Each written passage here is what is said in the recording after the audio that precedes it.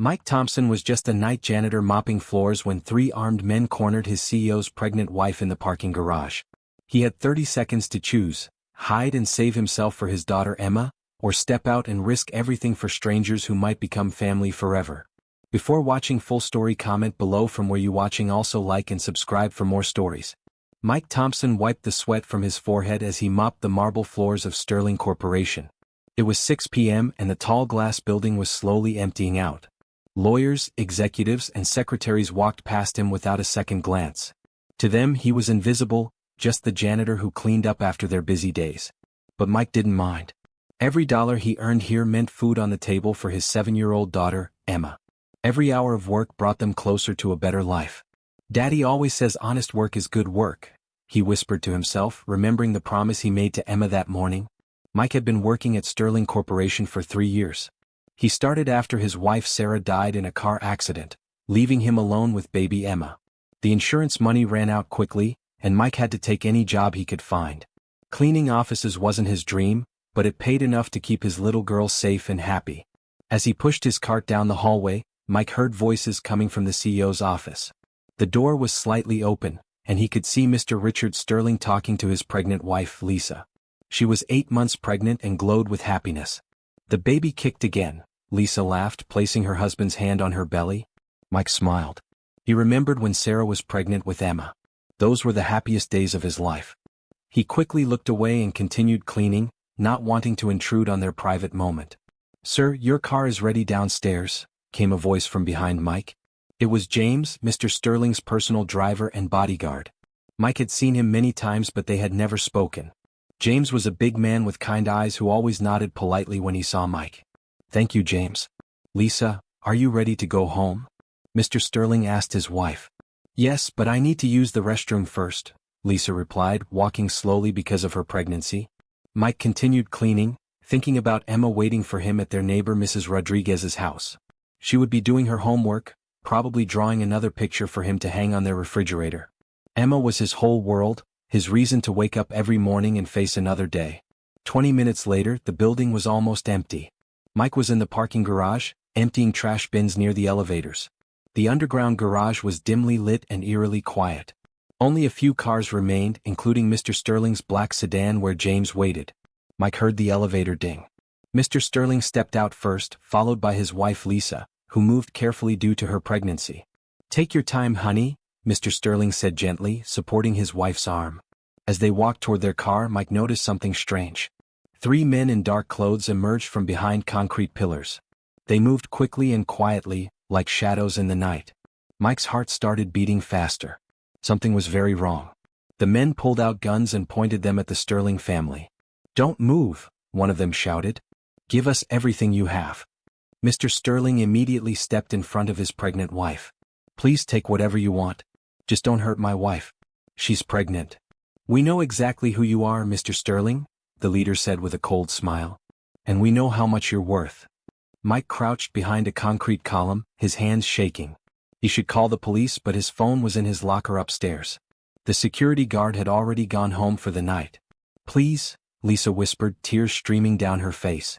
"Our baby." "The baby is exactly why you're going to cooperate," the gunman replied. "You're coming with us. Your husband will pay a very high price to get both of you back safely." Mike watched in horror as the men moved closer to the family. James, the bodyguard, was nowhere to be seen. Later, Mike would learn that James had been knocked unconscious in the parking garage's stairwell.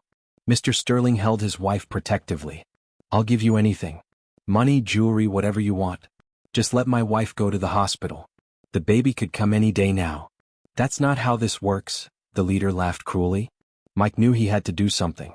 These people needed help, and he was the only one there. But what could he do? He wasn't strong or trained. He was just a janitor with a mop bucket. Then he thought about Emma. What if someone threatened his little girl? Wouldn't he want someone to help her, even if that person was just an ordinary man? His hands stopped shaking. Mike Thompson might just be a janitor, but he was also a father. And fathers protect families. Mike looked around the garage for anything he could use. There was a fire extinguisher on the wall nearby and some construction tools left by repair workers. The gunmen were getting impatient. "Move toward the van," one of them ordered, pointing to a black vehicle parked in the shadows. Lisa started crying harder. Please, I can't, the baby? I said move, the gunman shouted, raising his weapon. That's when Mike made his decision. He grabbed the fire extinguisher and pulled the pin. Taking a deep breath, he stepped out from behind the column. Hey, he shouted as loudly as he could.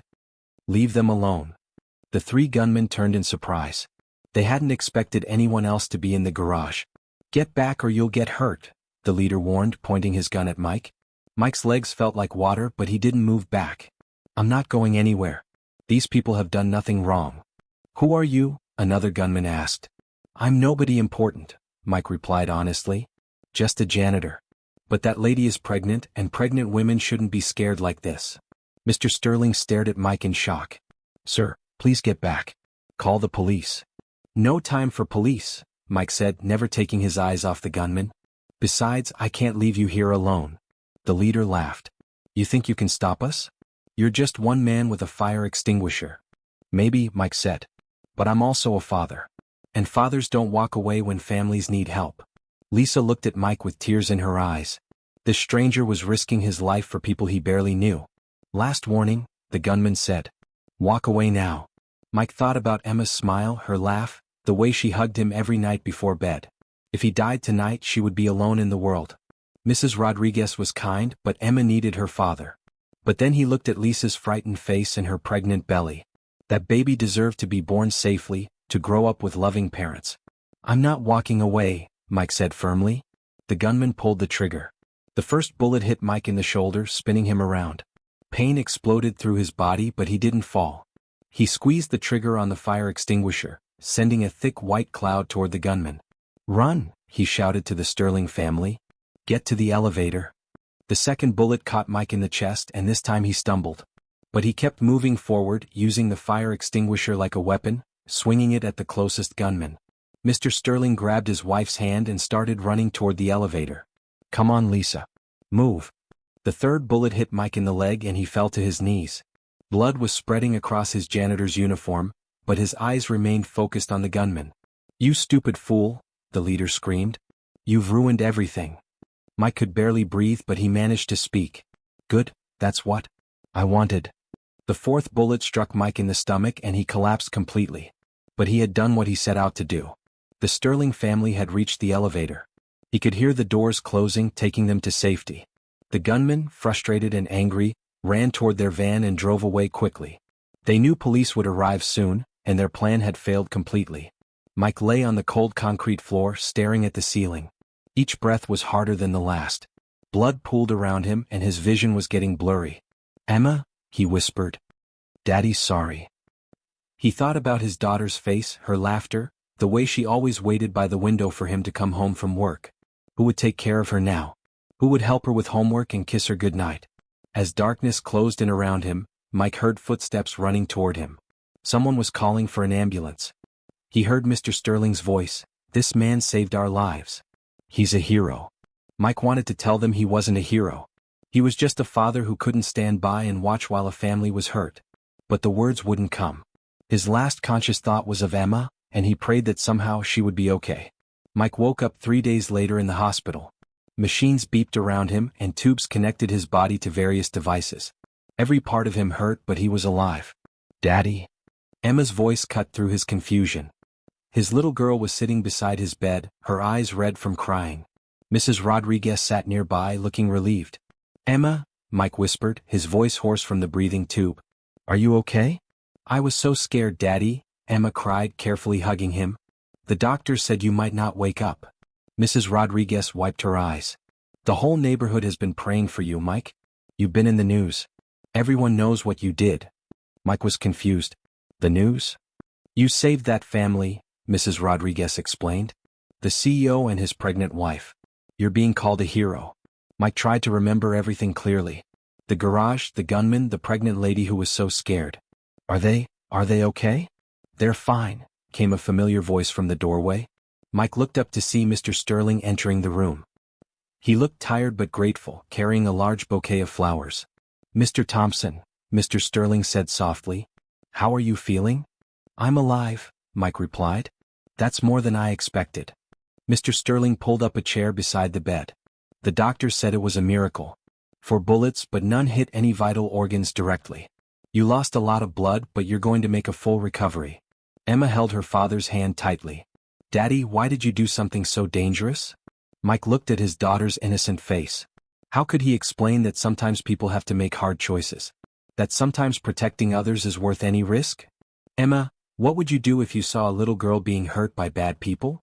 I'd try to help her, Emma said without hesitation. Even if it was dangerous? Emma nodded. Someone has to help. Mike smiled weakly. That's exactly why I did what I did. That lady was going to have a baby just like Mommy did with you. I couldn't let the bad people hurt them. Mr. Sterling listened to this conversation with tears in his eyes. Mr. Thompson, I need you to know something. My wife gave birth yesterday. The baby is healthy and beautiful. Mike's face lit up despite his pain. That's wonderful news. We named her Grace, Mr. Sterling continued. Grace Emma Sterling. Mike stared at him in shock. Emma? After your daughter, Mr. Sterling explained. Lisa insisted. She said our baby is alive because of your Emma's father. She wanted to honor that. Emma's eyes grew wide. There's a baby named after me? A very special baby, Mr. Sterling confirmed. And Lisa wants to meet both of you when you're feeling better. 2 weeks later, Mike was released from the hospital. His recovery was slower than expected, and he couldn't return to his physical job for several months. He worried constantly about money and how he would pay rent and buy food for Emma. But on his first day home, there was a knock at their small apartment door. Emma ran to answer it and found a woman with kind eyes holding a baby carrier. Hello, the woman said gently. I'm Lisa Sterling. Is your father home? Mike appeared in the doorway, still moving slowly but much stronger than before. Mrs. Sterling, he said, surprised. You didn't need to come here. Yes, I did, Lisa replied firmly. May I come in? Their apartment was small and modest, with old furniture and toys scattered around. Emma had hung all her drawings on the refrigerator, and the place felt warm despite its simplicity. Lisa sat down carefully, still recovering from childbirth. She looked around the apartment and then at Mike. This is Grace, she said, showing them the sleeping baby. The daughter who's alive because of you. Emma peered into the carrier with wonder. She's so tiny. All babies start small, Lisa smiled. Just like you did. Mike sat down across from them, still uncomfortable with all the attention. I'm just glad you're both safe. That's all that matters. Lisa studied his face carefully. Mr. Thompson, can I ask you something? Of course. What were you thinking when you decided to help us? You could have been killed. Emma could have lost her only parent. Mike was quiet for a long moment. I was thinking about what kind of world I want Emma to grow up in. I want her to live in a place where people help each other, where good people don't just walk away when families are in trouble. He looked at his daughter, who was gently touching the baby's tiny hand. If I had walked away that night, I would have saved my own life. But I would have taught Emma that it's okay to ignore other people's suffering. That's not the lesson I want to leave her. Lisa's eyes filled with tears. You risked everything for strangers. No, Mike said softly. I risked everything for family. Because that's what people become when you choose to protect them. They become family. Lisa looked around their modest apartment again, then back at Mike and Emma. Speaking of family, she said, Richard and I have been talking. We want to offer you something, but I need you to hear me out completely before you answer. Mike tensed. He hoped they weren't going to offer him money. He didn't save their lives for a reward. We want you to come work for us, Lisa continued. Not as a janitor, but as head of security for our family. James, our bodyguard, is retiring after what happened. He feels guilty that he couldn't protect us. Mike started to speak, but Lisa held up her hand. The job comes with a house on our property, health insurance for both you and Emma, and enough salary to send Emma to the best schools. You would be protecting our family and we would take care of yours. Emma looked at her father with excitement. Daddy, what does that mean?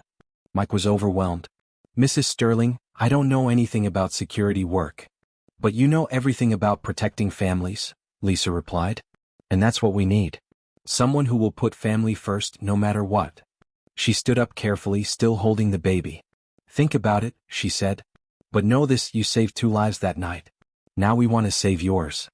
After Lisa left, Mike sat with Emma on their old couch, trying to process everything. Daddy, are we going to move to a big house? Emma asked. I don't know yet, sweetheart. It's a big decision. Emma was quiet for a moment. Will we still be the same family? Mike hugged his daughter close. No matter where we live or what I do for work, we will always be the same family. You and me, always together. And now we have more family too, Emma said thoughtfully. The baby named after me and her mommy and daddy. Mike realized his 7-year-old daughter understood something that had taken him weeks to figure out. That night in the garage hadn't just saved the Sterling family, it had created a new, bigger family that included all of them. The next morning, Mike called Mr. Sterling. "I'll take the job," he said simply. "I'm so glad," Mr. Sterling replied. "When can you start?" "I need a few weeks to get stronger. And I want to learn everything I can about security work. I won't let your family down." "Mike," Mr. Sterling said seriously, "you already proved you won't let our family down. You took 4 bullets to protect us. Everything else is just details."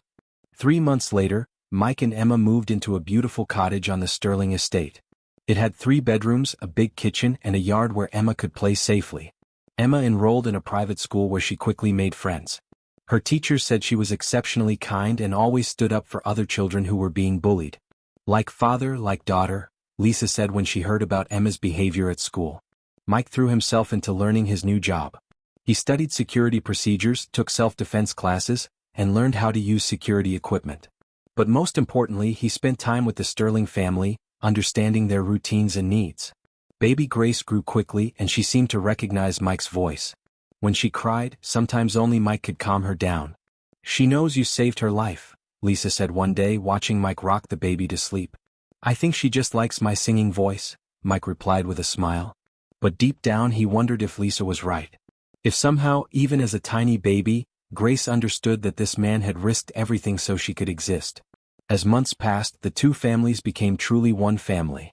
Emma and Grace developed a special bond, with Emma always wanting to help take care of her baby. Mike proved to be excellent at his security job. His natural protective instincts, combined with his new training, made him incredibly effective. But more than that, the Sterling family trusted him completely. One evening, as Mike was doing his security rounds, he found Mr. Sterling in his study working late. "Richard," Mike said, they had moved to first names months ago, "you should get some rest." Richard looked up from his papers. "Just finishing some contracts. How's Emma doing with her new school?" "She loves it," Mike replied. "Yesterday she asked me if we were rich now." "What did you tell her?" Mike sat down across from his employer and friend. "I told her we were rich in the things that really matter. Family, health, safety, and people who care about us." Richard smiled. "That's a good answer. And it's true." They sat in comfortable silence for a moment. "Mike," Richard said finally, "I need to tell you something. That night in the garage changed my life completely. It changed all our lives." "No, I mean it changed how I see the world," Richard explained. "Before that night, I thought money and success were the most important things. I worked 16-hour days and barely saw Lisa. I was missing my life." He gestured toward a photo of his family on his desk.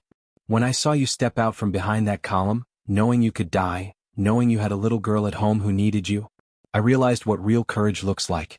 What real love looks like." Mike felt uncomfortable with the praise. "I just did what any father would do." "No," Richard said firmly. "You did what you hoped any father would do. But most people would have hidden and called police later. You're different, Mike. You're the kind of man I want Grace to know as she grows up. The kind of man I want to become." 1 year after the incident, the Sterling family held a special dinner. It was March 15th, the anniversary of the night that changed everything. The dining room was decorated with flowers, and Lisa had cooked Mike's favorite meal.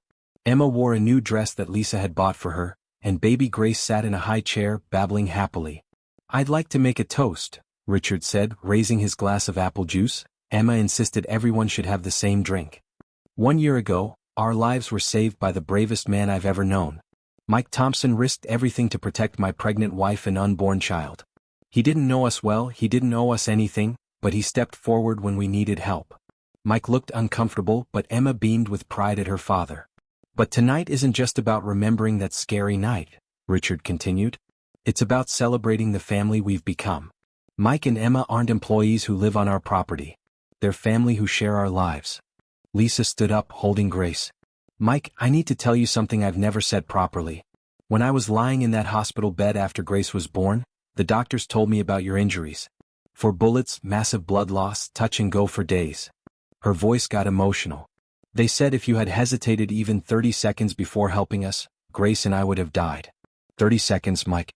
That's how close we came to losing everything. Mike reached over and squeezed Lisa's hand. But you didn't lose anything. Grace is healthy, you're healthy, and we're all here together. That's my point, Lisa continued. We're all here because you made a split-second decision to value our lives over your own safety. How do you thank someone for that? Emma, who had been listening carefully, spoke up. Mommy Lisa, I think you thank him by loving our whole family forever and ever. Everyone at the table went quiet. This 7-year-old girl had just called Lisa Mommy Lisa, naturally, and it felt perfectly right. Lisa started crying happy tears. Yes, Emma. That's exactly right. Baby Grace chose that moment to clap her hands and giggle, as if she agreed with everything that had been said. 2 years later, Emma was 9 years old and Grace was a toddler who followed Emma everywhere. The two girls were inseparable, with Emma reading books to Grace every night before bed. Mike had become not just the Sterling family's head of security, but Richard's closest friend and advisor. His natural wisdom and protective instincts made him valuable in many situations beyond security. One evening, as Mike was tucking Emma into bed, she asked him a question that surprised him. Daddy, do you ever miss our old apartment? Mike thought carefully. Sometimes I miss how simple things were. But mostly I'm grateful for everything we have now. I miss Mrs. Rodriguez, Emma said. But I love living here with Grace and Mommy Lisa and Daddy Richard. Mike smiled at how naturally Emma referred to the Sterling parents. They love having us here too. Daddy, when I grow up, I want to be like you. What do you mean? Emma sat up in bed looking serious. I want to help families who are in trouble. I want to protect people who can't protect themselves. Mike felt his heart swell with pride. That's a very good goal, sweetheart. Will you teach me how? I'll teach you everything I know, Mike promised. But the most important thing isn't something you can learn from books or classes. What is it? It's having a heart that cares more about others than about yourself. And you already have that, Emma? As Mike left Emma's room, he found Lisa waiting in the hallway. She's going to be an amazing woman someday, Lisa said softly. She already is, Mike replied. They walked downstairs together, where Richard was playing on the floor with Grace. The toddler was giggling as her father built block towers for her to knock down. Grace, show Uncle Mike what you learned today, Lisa said. The little girl looked at Mike with bright eyes and said clearly, Thank you, Mike. Mike knelt down to Grace's level. What are you thanking me for, little one? Grace didn't really understand the question, but she hugged Mike tightly. Thank you for Grace. Everyone in the room went quiet. This 2-year-old had just thanked Mike for her own existence, and somehow she understood exactly what she was saying. Mike hugged the little girl back, remembering that terrifying night when she was still in her mother's womb, when he made the choice that allowed her to be born safely. You're very welcome, Grace, he whispered. 5 years later, Emma was 14 and Grace was 7. Emma had grown into a confident, compassionate teenager who volunteered at local shelters and always stood up for bullied classmates. Grace was a bright, happy child who considered Emma to be her sister and Mike to be another father. The family structure was unconventional, but it was filled with love. Mike, now in his early 40s, had scars from his gunshot wounds but was healthier and happier than he'd ever been. He had found his purpose in life, protecting the people he loved and teaching both girls that courage means doing what's right even when it's scary. One day, a reporter came to interview Mike for a story about everyday heroes. She asked him if he regretted his decision that night in the garage. Regret? Mike repeated thoughtfully. That decision gave me the most beautiful life I could have imagined. I gained a son and daughter in Richard and Lisa, Grace got a chance to exist, and Emma learned what it means to put family first. But you almost died, the reporter pressed. Mike looked across the yard where Emma was pushing Grace on a swing, both girls laughing in the sunshine. Yes, I almost died, he said.